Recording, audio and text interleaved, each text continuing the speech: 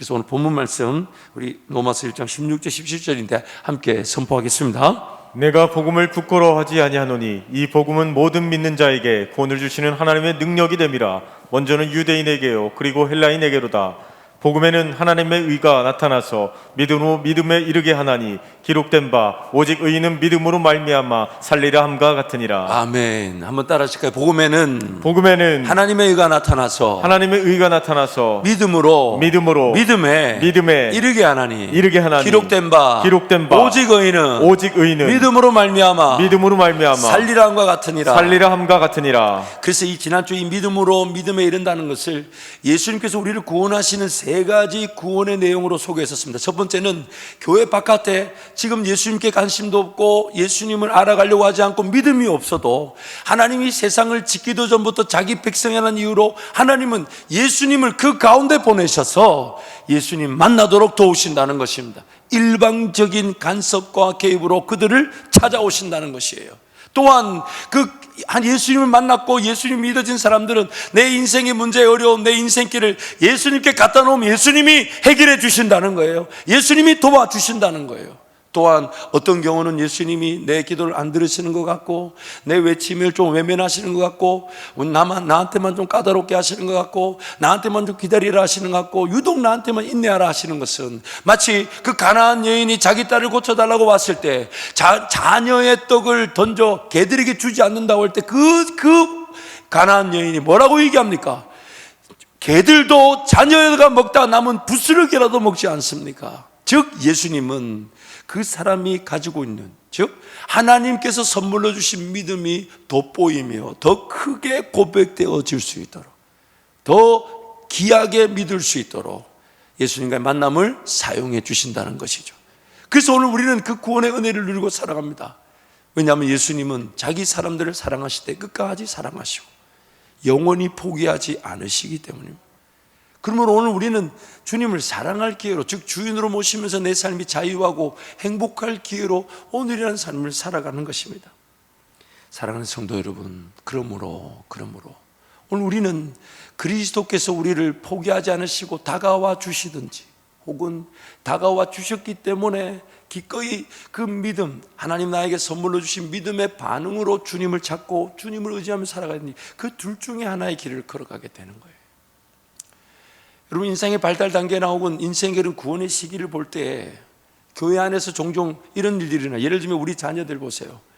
어릴 적부터 정말 내가 믿어보니까 이 어릴 적부터 하나님을 알아가고 하나님께 구별되고 하나님 앞에 준비되고 그래서 하나님 앞에 드려지면 좋겠다고 우리 부모님들 얼마나 생각하십니까? 그래서 성경 읽히고 성경 배우게 하고 예배 드리게 하고 막 수련회 때마다 어떻게든 가려고 보내려고 용돈을 올렸다 내렸다 별걸 다 하잖아요. 우리 집만 그런가요? 내가 셋을 왜 낳았나 모르겠어요. 더군다나 셋 중에 하나가 유독 엄마를 닮아가지고 얼마나 이상한 행동을 하는지요. 어쨌든 그 자녀들이 어떻게든 하나님 만나도록 하지만 너무 안타까운 것은 고등학교 때까지 중등부 봉사도 하고 찬양팀도 하고 전도팀도 하고 또 회장도 하고 이랬는데 중고등부 지나면서 이제 머리가 굵어지고 점점 이제 결혼해서 부모님을 떠나듯 이제 대학교를 가면서 부모님과 떠나는 시기가 오면 너무 안타깝게도 그 신앙을 저버리고 곁길로 가고 방황하는 일들이 일어나게 되는 거죠. 비단 어릴 적 신앙만 아니에요. 교회 안에서 신앙생활 하다가도 어느 날 내 믿어보니까 별거 없더라. 내 믿어보니까 별거 없더라. 어렵기만 하더라. 까다롭기만 하더라. 아무것도 아니더라. 분명히 본인이 신앙생활 했고 신앙생활 해야 되는 걸 알았지만 어느 날 그 신앙을 잠시 내려놓으려고 하는 소위 말하는 방학기간이 있을 수 있죠. 방학. 왜 그런 일이 일어났을까요? 예수님이 그를 인격적으로 만나주는 사건 전에 그의 인간적인 생각과 능력으로 신앙생활을 했던 겁니다. 우리는 그런 위기를 항상 갖고 있죠. 그러나 그 예수님이 그를 인격적으로 만나주면 이제 그때부터 그 예수님이 나를 만나주신 그 맛을 알고 예수님을 찾기 시작하는 거예요. 예수님을 의지하기 시작하는 거예요. 예수님께 달려가는 겁니다. 그래서 그 사복음서 예수님 행보에 그렇게 예수님께 달려왔던 사람들이 있었던 거 아닙니까? 또한 달려갔을 때 예수님 고쳐주실 뿐 아니라 우리 믿음을 확인시켜 주시더라. 내 믿음이 크도다. 내 믿음이 너를 구원하였느니라. 말씀 한번 볼까요? 누가복음 7장 50절 말씀 우리 함께 선포하겠습니다. 누가복음 7장 50절 함께 선포합니다. 예수께서 여자에게 이르시되 내 믿음이 너를 구원하였으니 평안히 가라 하시니라. 다른 사람들은 자기를 죄인이라고 비꼬고 비난하고 힐난하고, 또 예수님이 초대되어 있던 그 집의 그 주인도 시몬이라는 사람도 저 여인이 얼마나 죄인인 줄 예수님이 아셨더라면, 그러나 예수님 그 모든 생각들을 아시고 빚을 많이 진 자와 적게 진 자가 있는데 둘 다 주인으로부터 탕감을 받았다면 누가 더 사랑을 많이 받은 거겠냐, 누가 더 사랑하심을 입은 거겠냐. 그러면서 그 여인에게 그렇게 얘기해 주신 거예요. 내 믿음이 너를 구원하였느니라. 무슨 말입니까? 하나님이 선물로 주신 믿음이 예수님을 만나 확인되어진 것입니다. 또한 누가복음 17장 17절 19절 함께 선포합니다. 예수께서 대답하여 이르시되 10사람이 다 깨끗함을 받지 아니하였느냐? 그 9은 어디 있느냐? 이 이방인 외에는 하나님께 영광을 돌리러 돌아온 자가 없느냐 하시고 그에게 이르시되 일어나 가라, 내 믿음이 너를 구원하였느니라 하시더라. 10명의 문둥병자가 예수님께 왔습니다. 예수님이 너희 몸을 제사장에게 보이라. 여전히 문둥병 낫지 않았는데 제사장에게 가는 길에서 고침을 받은 것이 확인이 됩니다. 그런데 안타까운 것은 9명은 다 뿔뿔이 예수님께로 오지 않고 사라지고 한 명의 사마리아 사람만 예수님께 와 감사합니다. 너무 안타까운 일이죠. 질병은 치료받았는데 제3의 문제에 대해서 확인을 받지 못하는 일들. 그래서 여러분, 하나님의 관심은 지금 당장의 문제, 어려움, 질병, 요것보다는 내 폐부 깊숙이 그 근원적인 문제, 나를 지배하고 나를 다스리는 그 죄의 문제를 다루기를 원하시는데 우리는 거기에 관심이 없고 문제 해결만을 구하며 살아갑니다.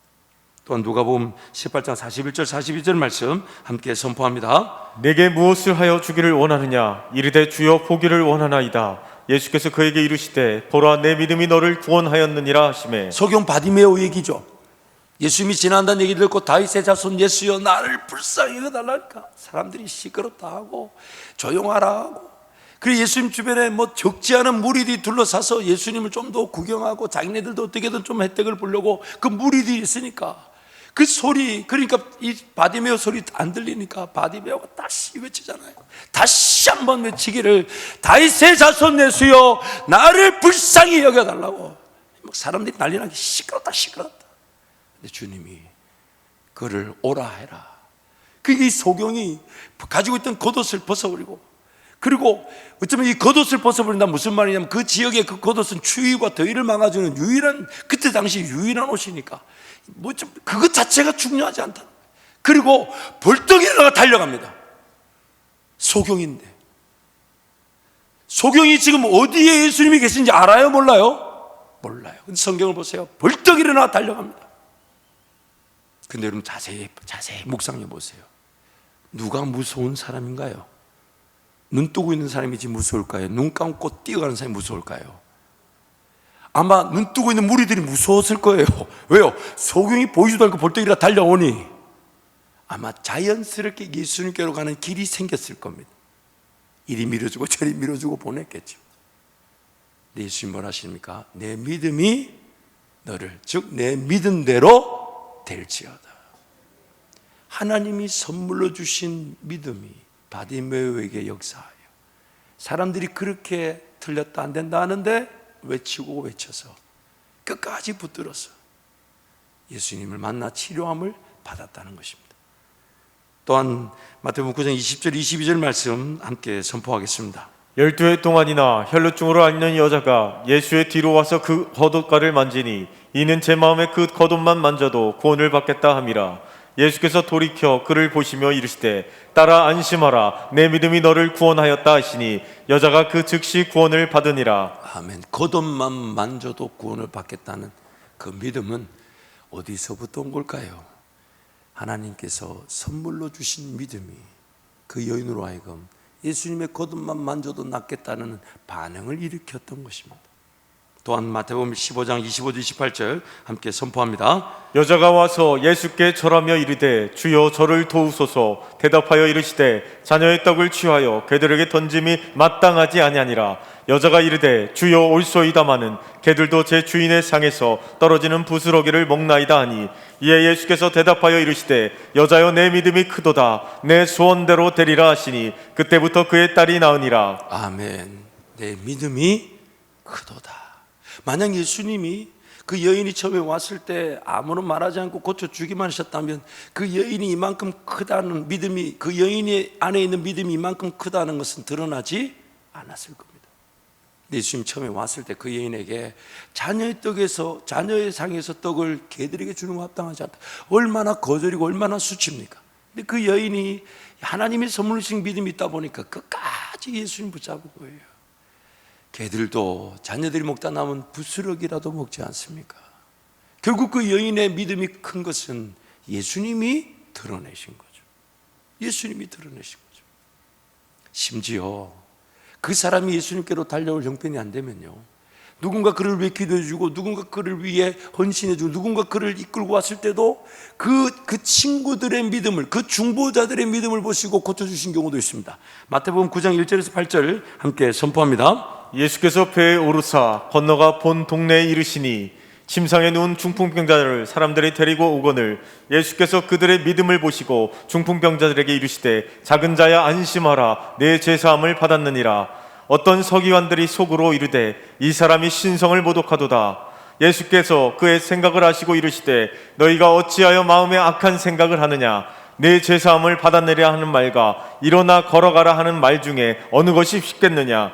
그러나 인자가 세상에서 죄를 사하는 권능이 있는 줄을 너희로 알게 하려 하노라 하시고 중풍병자에게 말씀하시되 일어나 내 침상을 가지고 집으로 가라 하시니 그가 일어나 집으로 돌아가거늘 무리가 보고 두려워하며 이런 권능을 사람에게 주신 하나님께 영광을 돌리니라. 그러므로 우리가 지금 바깥에서 예수님께 대한 관심도 없고 또 만나려고 하지 않는 영혼들을 위해 기도해주고 그들을 강제라도 억지로라도 주님께 끌고 오면 주님이 그들의 믿음을 보시고 중보하며 기도한 그 부모와 그 가족과 친지와 이웃의 믿음을 보시고 그들을 만나 주신다는 것입니다. 자, 그렇다면 이제 오늘 우리에게는 두 가지 종류의 믿음의 상태가 있다고 봐야 돼요. 둘 중에 하나예요. 첫 번째 믿음의 상태는 믿음이 확인될 때입니다. 다 죽어갈 판이에요. 다 죽어갈 판이지만은 그러나 그를 그대로 내버려 두면 하나님과 관계없는 자로 끝나니까 바로 그 죽음 직전 십자가 한편에 있는 강도를 하나님의 사람이라고 하나님이 가셔 만나주시고 오늘 네가 나와 함께 낙원에 있으리라고 말해주셨으니까 그는 자기 의지로 할 수 있던 게 아니에요. 하나님이 그 믿음을 확인시켜 주셨던 거죠. 혹은 믿음을 확인할 때입니다. 그래서 내용을 제가 정리해 봤는데요, 예수님의 일방적 추적과 다가감으로 인해 하나님의 선물인 믿음이 확인될 때와 하나님께서 선물로 주신 믿음의 반응으로 그 믿음을 확인할 때 성도의 삶은 이 둘 중에 하나입니다. 믿음이 확인될 때와 믿음을 확인. 믿음이 확인된다. 굉장히 이 자체만으로는 참 하나님 은혜죠. 그런데 믿음이 확인된다는 것은 무슨 뜻이냐면 하나님을 찾고 구하고 기다리기보다는 때가 되면 하나님께서 일해 주실 걸 믿고 삶을 그냥 내버려 두는 겁니다. 한번 예를 들어 볼게요. 여러분은 뭔가 결정하고 선택할 때에 기도하며 인내하며 하나님의 음성을 듣고 걸어갈 건데 만약 그렇게 하지 않으면 내가 선택하고 결정한 것은 하나님의 계획과 뜻과 인도하심에 따른 걸까요? 아니면 내 욕심일 수 있을까요? 내가 지금 살아가는 삶의 방식이 하나님이 이렇게 하라고 하셨어 라는 그 믿음이 없다면 지금 내가 취하고 있는 방식은 하나님께로부터 온 걸까요? 나로부터 시작한 걸까요? 오늘 내가 믿음이 확인될 때를 기다린다는 것은 반드시 하나님의 자녀이기 때문에 은혜가 충돌하듯 그 은혜가 나를 끝까지 추적하여 찾아내듯 하나님 나를 살리실 것이나, 그런데 믿음이 기다릴 때가 믿음이 확인될 때가 있는 줄 알고 삶을 기다린다는 것은 나도 의도하든 의도하지 않든 내가 의도하든 의도하지 않든 내 삶이 하나님의 뜻이 아닌 내 뜻대로 그냥 살아가는 것을 내버려 두는 셈입니다. 그러므로 오늘 우리에게는 둘 중에 하나의 자세가 있습니다. 믿음이 확인될 때를 기다릴 것인가? 아니면 지금 믿음을 확인할 것인가? 오늘 우리 삶은 두 가지 선택밖에 없어요. 왜냐하면 두 가지 종류의 믿음의 상태밖에 없으니까요. 정말 내가 이 모든 진리의 말씀을 대하면서 그렇다면 내가 믿음이 확인될 때는 무작정 기다릴 건가? 그때까지 예배도 안 하고, 그때까지 기도도 안 하고, 그때까지 하나님도 섬기지 않고 일단 살아보고 기다려볼 것인가? 내버려 둘 것인가? 아니면 지금 하나님 나에게 선물로 믿음을 주셔서 이렇게 예수 믿게 되고 예배했다면 그 믿음을 확인하기 위해 살아갈 것인가? 그래서 사도 바울이 고린도 말씀에 뭐라고 얘기합니까? 지금이 은혜 받을 때요, 지금이 구원 받을 때다. 뒤로 미뤄주지 말라는 거예요. 뒤로 물러서지 말라는 거예요. 끝까지 주님 바라보자는 거예요. 그래서 믿음을 확인한다는 것은 자연 창조 세계를 보아도 하나님의 창조 진리가 분명하며 약 2000년 전 예수님의 십자가 죽으심이 역사적 사건임이 확실하며 지금 살아가고 있는 삶이 지난날 경험에 비추어 볼 때 예측 불가능할 뿐만 아니라 방황하고 헤맬 수 있다는 것에 동의가 된다면, 또한 나의 삶이 내 것이 아니라 예수 그리스도의 것이라 내 마음대로 안 된다면, 내 삶이 내 것이 아니라 예수 그리스도의 것이라 내 마음대로 안 된다면, 무엇보다 내가 하나님의 자녀이기에 나에게도 하나님의 은혜의 선물인 믿음이 주어져 있다면, 그렇다면 지금 제일 중요하고 제일 간절하고 제일 목말라야 되며 제일 갈급해야 되는 것은 하나님이 선물로 주신 믿음이 어떤 믿음인가 하는 것이죠. 그 믿음을 확인하는 거예요. 그래서 죽자 사자 예수께로 달려가고 예수 앞으로 달려나와 하나님 이 문제 어떻게 합니까? 이건 어떻게 봐야 합니까? 이건 어떻게 처리해야 됩니까? 주님은 이걸 어떻게 보고 계십니까? 왜냐하면 내 삶이 내 거가 아니에요. 주님 거니까 주님 책임져 주세요. 주님이 은혜를 베풀어 주세요. 주님이 해결해 주세요. 그리고 뭔가 좀 더딘 것 같고 뭔가 조금 인내해야 될 것 같으면 그 가나안 여인처럼 끝까지 기다리는 겁니다. 어차피 해결할 분은 주님밖에 없으니까, 어차피 해결해 주실 분은 예수밖에 없으니까 예수 앞에 인내하며 예수 앞에 참고 견딜 때, 그때 주님이 우리에게 말씀해 주실 겁니다. 내 믿음이 너를 구원하였느니라. 내 믿음이, 그 믿음이 누구로부터 왔습니까? 하나님 나에게 선물을 주신 믿음으로 내가 구원을 받게 되었다는 것을 내 행함으로 열매를 맺게 되는 것입니다. 사랑하는 성도 여러분, 오늘 우리는 믿음이 예수 그리스도로 말미암아 확인되어졌습니다. 왜냐하면 예수 그리스도의 것이기 때문에 포기하지 않으시고 나에게 믿음이 있음을, 아니면 예수님 만나면서 믿음을 주셔서 그 믿음이 확인되게 하신 거예요. 그런데 이제는 믿음이 확인된 저와 여러분은 믿음을 확인하기 위해 살아가는 거예요. 확인하기. 그저 주어진 것이지만 그것을 통해 이제 그것을 내가 사모할 줄 알고, 내가 붙들 줄 알고, 내가 의지할 줄 알고, 내가 바랄 줄 알고, 내가 기대할 줄 알고, 아멘 할 때까지 할 거라는 걸 여러분 알고 계십니다. 여러분 갈라디아서 2장 20절 말씀, 이런 말씀이 있어요. 너무 잘하는 말씀을 우리 함께 갈라디아 2장 20절 함께 선포합니다. 내가 그리스도와 함께 십자가에 못 박혔나니 그런즉 이제는 내가 사는 것이 아니요 오직 내 안에 그리스도께서 사는 것이라. 이제 내가 육체 가운데 사는 것은 나를 사랑하사 나를 위하여 자기 자신을 버리신 하나님의 아들을 믿는 믿음 아래서 사는 것이라. 말씀을 좀 띄어나 보세요. 십자가에 나를 못 박은 것은 납니까? 아니면 제3자입니까? 내가 그리스도와 함께 십자가에 못 박았나니?가 아니라 못 박혔나니. 그러면 태로 볼 때 능동태요? 수동태요? 피동태죠. 내가 당한 일이에요. 왜냐하면 나란 존재는 아무런 가치가 없는데 가치 없는 걸 가지고 살아가려고 하니까, 나를 구원하실 때에 내 죄의 문제를 해결하기 위해 예수님이 십자가에 달리셨을 때 그때 나도 함께 달아놓으신 거예요. 내가 2000년 이후에 태어날 존재로서 내 죄를 미리 해결하신 거예요.